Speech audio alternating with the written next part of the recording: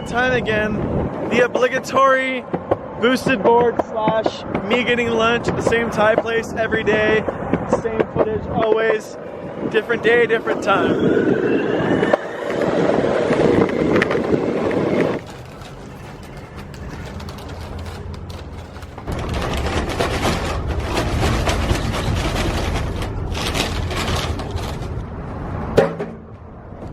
So in a slight turn of events, I think my boosted board's broken. I think one of the motors went out on the way here. It was feeling a little strange, feeling a little funky.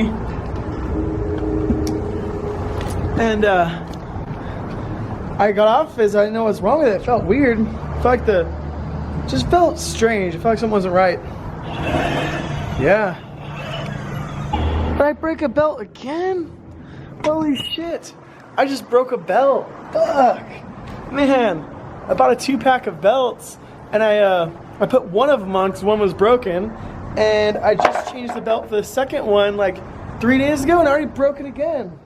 Sorry for the audio, it's really windy, but I'm still rolling. The cool thing about the dual belt drive is that when one belt breaks, you have another one to back you up. The biggest difference is the acceleration is a lot slower, and the braking is not as harsh, but seems to be working just fine. I snapped a belt already. The one you just put on? Yeah. Yeah, for real, the one I just put on. I don't blame the belt or the board, because these streets are pretty crazy out here. They're pretty rough, you know? Like, look at the kind of like... I might need to get these new like side plates, because these are almost ground down to the height of the belt, you know what I mean? But I was rolling and I was like, I heard the motor a lot louder, and it felt like it just didn't have the same power, and I was like, I didn't know what to make of it. I thought, like, is my wheel loose? It just felt strange. And I looked down, and I couldn't figure it out. At first, I was like, maybe one motor is not working, because I saw one wheel wasn't spinning, and it clicked, like, oh, duh, there's no belt on it. Did it just got slow? You know, I came and made it all the way back here, no problem, so I can't say that it's not rideable. Like, it's cool, because you can still get to where you need to go if you mess with belt. And the cool thing is that since it's dual belt driven, like, you still have another belt. But the acceleration is really weak, and the braking is like kind of like weak, you know? Oh, yeah. So, but I would say coming down the hill, when I was coming down the hill on the board, it was like coasting a lot faster because it didn't have that drag from the second belt. Okay, yeah. You could push the board probably. Yeah, I could probably push the board. Actually, I kind of had to push the board when I came up to the top of the hill and I had to cross the intersection. I was like on it and like didn't want to go, so I had to give it a couple little pushes. So I felt like one belt just turns the skateboard into like a moped, you know? But yeah, whatever. I beat this thing up, so of course it's going through hell, you know? I don't know. Sucks though, I just bought that belt, you know? I can't help but be a little bit bummed about it, to be honest. So I'm gonna have to order more boosted board stuff. Wah, wah, wah. You didn't order the wheels yet? No, I didn't order the wheels yet, and I was thinking I wanted to order wheels anyway, so. Yeah, I see. I'm just gonna order wheels and new little guard thingies and belts while I'm at it right now. Yeah, it's like you can't really wait around to make a masterpiece because no one's waiting. Yeah. You kind of have to just put shit out, you know. Yeah. Like no one really like cares. I was even hitting that place up. It's good, dude. Yeah, it's tight. I love it. Yeah, it's the first time I ever made mine spicy. I always ask for it, and they don't do it. How's yours? This is all spicy. I'm gonna see if under it's spicy. A little too spicy or good spicy? Good spicy. Awesome. Like that too? Hell yeah. That's good. Yeah, easy. That was cool. Wow, those were hot. Hell yeah.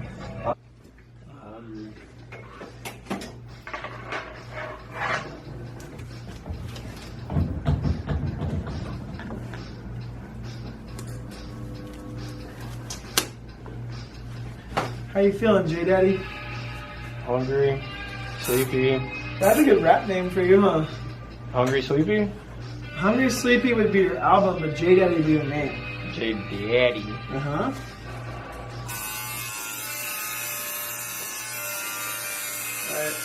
Right there.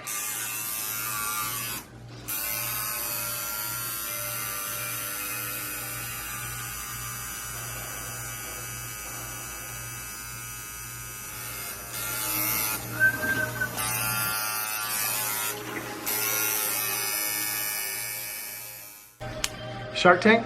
Looks like a real gator. I made this tattoo for my love of Shark Tank. Have you ever seen Shark Tank before? What? Have you ever seen Shark Tank before? No. No? Show rules. I thought you were gonna say stop and show. No. Let's just watch the whole movie right now before we do this 925. It's a television show. Wait, Shark Tank? Yeah. It's like like Shark Tales with Will Smith. Yeah, Shark Tales. I haven't seen either of them. Wait. Shark Tank's the one with the guys, the business guys? Yes. They And- pitch their business. Yeah, I seen that. I love that show. Pretty cool. Tape Daddy for sure, huh? They're probably like, yo, what's up with all the fucking bandages? I touched up a couple of Jonathan's tattoos. So I'm just slapping bandages on them. There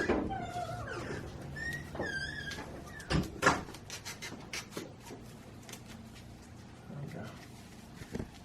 When did you say you want to finish it back? Bend your arm real quick. Like that now? That's cool, yeah. Promise? Yeah. Okay.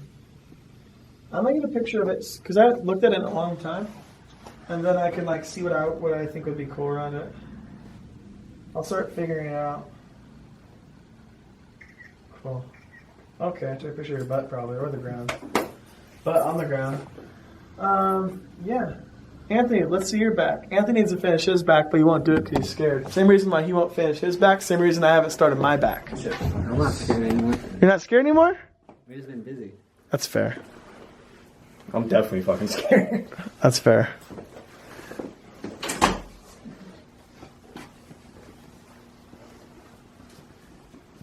There we go. Turn away from the peace tees. Like, look at what's over there. What's at the wall? Yeah, there you See, go. like, I want to do little flowers like that, and then probably like do a big rose up here for mine. That'd be cool. It'd be kind of tricky because the tail of the wolf comes up right here. Yeah. Maybe I could figure out something that goes on each side of it. I don't know. But yeah, we just need to fill in that one, and that's it, right? Those, that. And I want to touch up these butterflies a little bit. They're gonna. What do you think up here? Just leave it. I think just leave it. I neck? think leave it so we can put like a big back of the neck tattoo eventually. It'd be cool. We gotta put some on his little butt cheeks. We should put like a little ET. So bad. I'll put ET on it. Yeah, I was saying you should do. This would be hilarious. Where's that? You should do the Burt Grimm sons, but ET faces on each cheek. All right. That'd be so tight. All right. I didn't show the finished shark tattoo, but there's a picture of it right here, right now. And then I'm gonna finish off this video with 20 minutes of me and Jonathan talking about straight edge. So, trigger warning, if you don't want to see two hip kids talk about not doing drugs, then the video's over now for you. Later. See you next time. Alright, so people have been asking me questions on Instagram about my YouTube. This person, Tronspeed, said, would love to hear about some of your favorite straight edge bands and why/when you became straight edge. Also, how the lifestyles helped you in tattooing. I don't know. I don't know how I got introduced to the word straight edge, you know? I think, let me think. I want to tell it right. I'm trying to think about it correctly. Because that was early on. That was like 6th, 7th grade. So then I started getting into punk rock music. I got into Minor Threat. I got into Gorilla Biscuit. Started getting early hardcore music. And these certain bands, like Minor Threat particularly, which is like an obvious band in this conversation to be into, like really spoke to me. Like every song was like, whoa. Especially Gorilla Biscuits, especially Today, especially Bold. Like all these youth crew bands were just like, man, they're saying what I want to be hearing at this age. Like this is important to me, you know? And at that time, that metal, hardcore, emo, crossover, like stuff, like bleeding through those bands were really big. And so a lot of people were like, straight edge kind of became a thing in that scene. And a lot of people in my school were claiming straight edge. And I really like was turned off by it. I was like, that's fucking lame, you know? And the only reason I was turned off by it is because I knew that they weren't straight edge. You know what I mean? Like they didn't even, I just knew it wasn't like a thing. And it bugged me, you know? And then I started going to shows. I got offered a lot of drugs, you know? And I always said no. And I started to lie. People started saying, oh, why don't you want to drink? Blah, blah, blah. Are you straight edge? And I'd be like, no, fuck off, you know? And so the only way I can get them to leave me alone is that I would tell them, oh, I used to smoke or I used to drink and had a problem with it, so I had to stop. Like the only way people wouldn't bug me or pressure me is if I told them I used to have a problem with that drug. And after a while I got tired of lying and I just said, like, you straight edge? I was like, yeah, fuck off, you know? And so I guess that's how I started claiming straight edge. That was probably like 16, 17. And then it became like a really important thing for a couple of years. Like it was the one thing that like I felt a part of. And I think it wasn't necessarily straight edge, but it was just like punk rock music and going to shows. And that was like the subculture within that scene that I fit in. Because when I was going to these street punk shows, I didn't fit in with the people that want to hang out front and drink the whole show and get in a fight. I wanted to go in and see the bands, you know? So like straight edge was like, yeah, you know? And then all my friends broke straight edge. All of them, you know? And it like broke my heart. I felt like I was a part of something. And then they like left me. And it was just like, no, you know?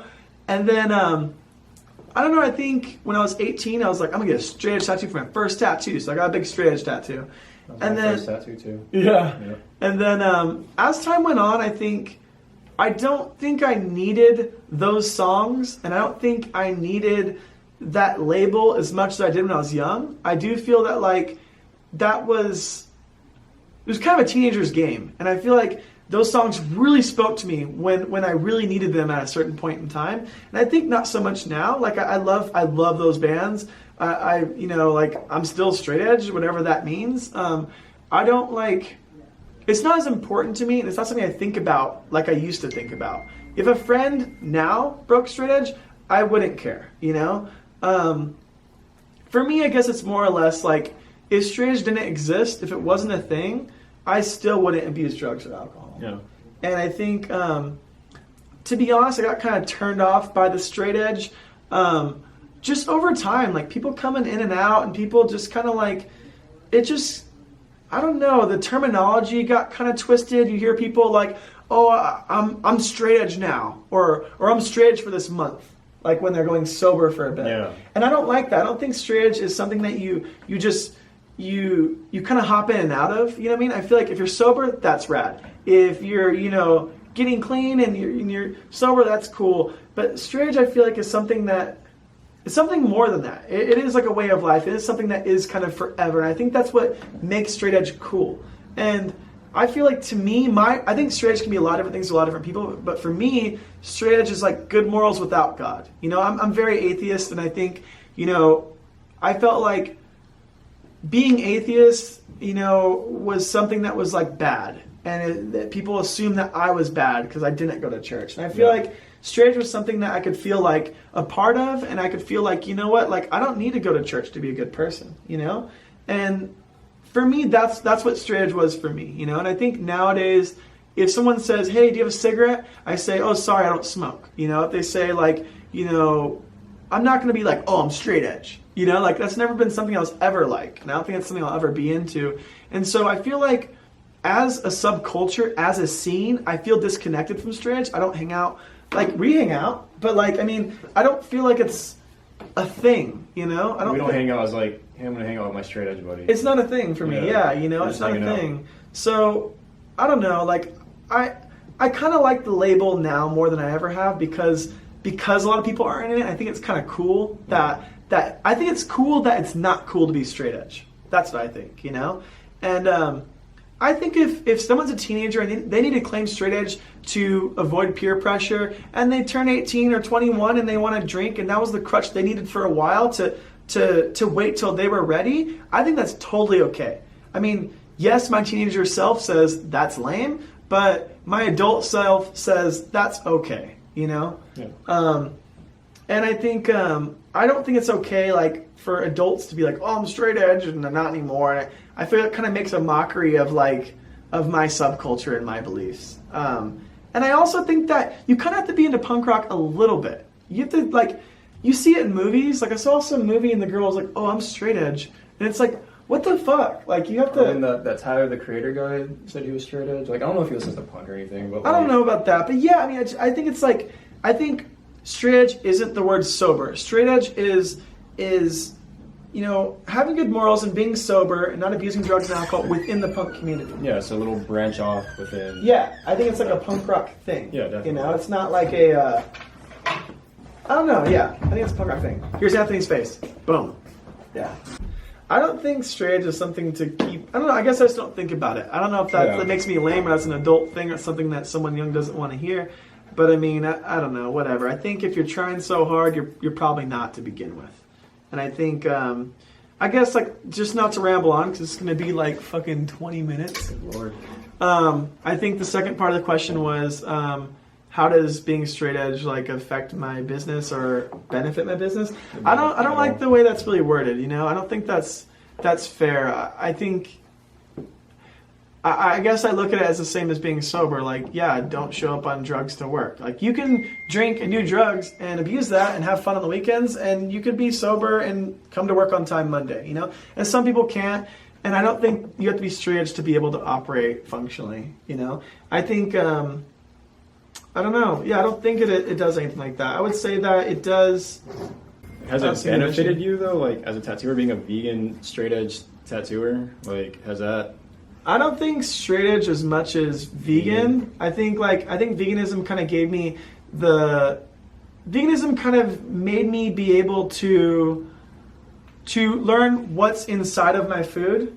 You know, like to really be able to read and know what I'm eating. And through that, like, I want to know what my clothes are made of. And through that, I want to know what my tattoos are made of. So I think veganism has given me, you know, I guess the ability or even conscious it's given me like the chance to be able to even question or think what would be in the ink. No one thinks about what's in tattoo ink. No one thinks about tattoo process at all. No one would think that they're like, well, how's a tattoo vegan? It's like, well, it's just a fucking tattoo, just like your Oreos are Oreos, your sodas are sodas. Food is food. Yes, some food can be vegan, some food can't not be, and I don't like the us and the them, but I think because of veganism, it made me read and know what goes into a tattoo, and I think because of that, I offer a tattoo service that is safer and cruelty-free in a sense. So I think also maybe around the time I started becoming vegan, I think I stopped thinking about straight edge, because I think straight edge for me at one point was like, you know, and then veganism was something I actually had to do. I actually had to like go vegan, and so I think veganism became like my thing, you know? Yeah. So, I don't know, I've always had like a thing, and everything I'm into and have been into, I'm always way too into. And so, I mean, I still don't do drugs. I won't ever, and I still don't eat meat or dairy or eggs or whatever the fuck, and I still won't ever. And I think things I'm into, I really stick to them. And I think you don't need to claim straight edge to not do drugs, and you don't need to be vegan to eat a vegan burger. You know, I think it's like, I don't know, but some people need to call themselves vegan to have the push to stay vegan. Some people need to call themselves straight edge to not do drugs. And I mean, if that's what they need to be vegan for a little bit and fall off, that's what they need to be sober for a little bit and fall off, I think it's ultimately a better thing than a bad thing. I mean, it's not hurting anyone, right? I don't know. But I will say I do get bummed when people stop being vegan and straight edge a little bit. A little bit of me is like, That sucks. That sucks. Yeah, but that's that. There's your 22 minutes. I wonder if I'll cut it down. We'll see. I think it's that.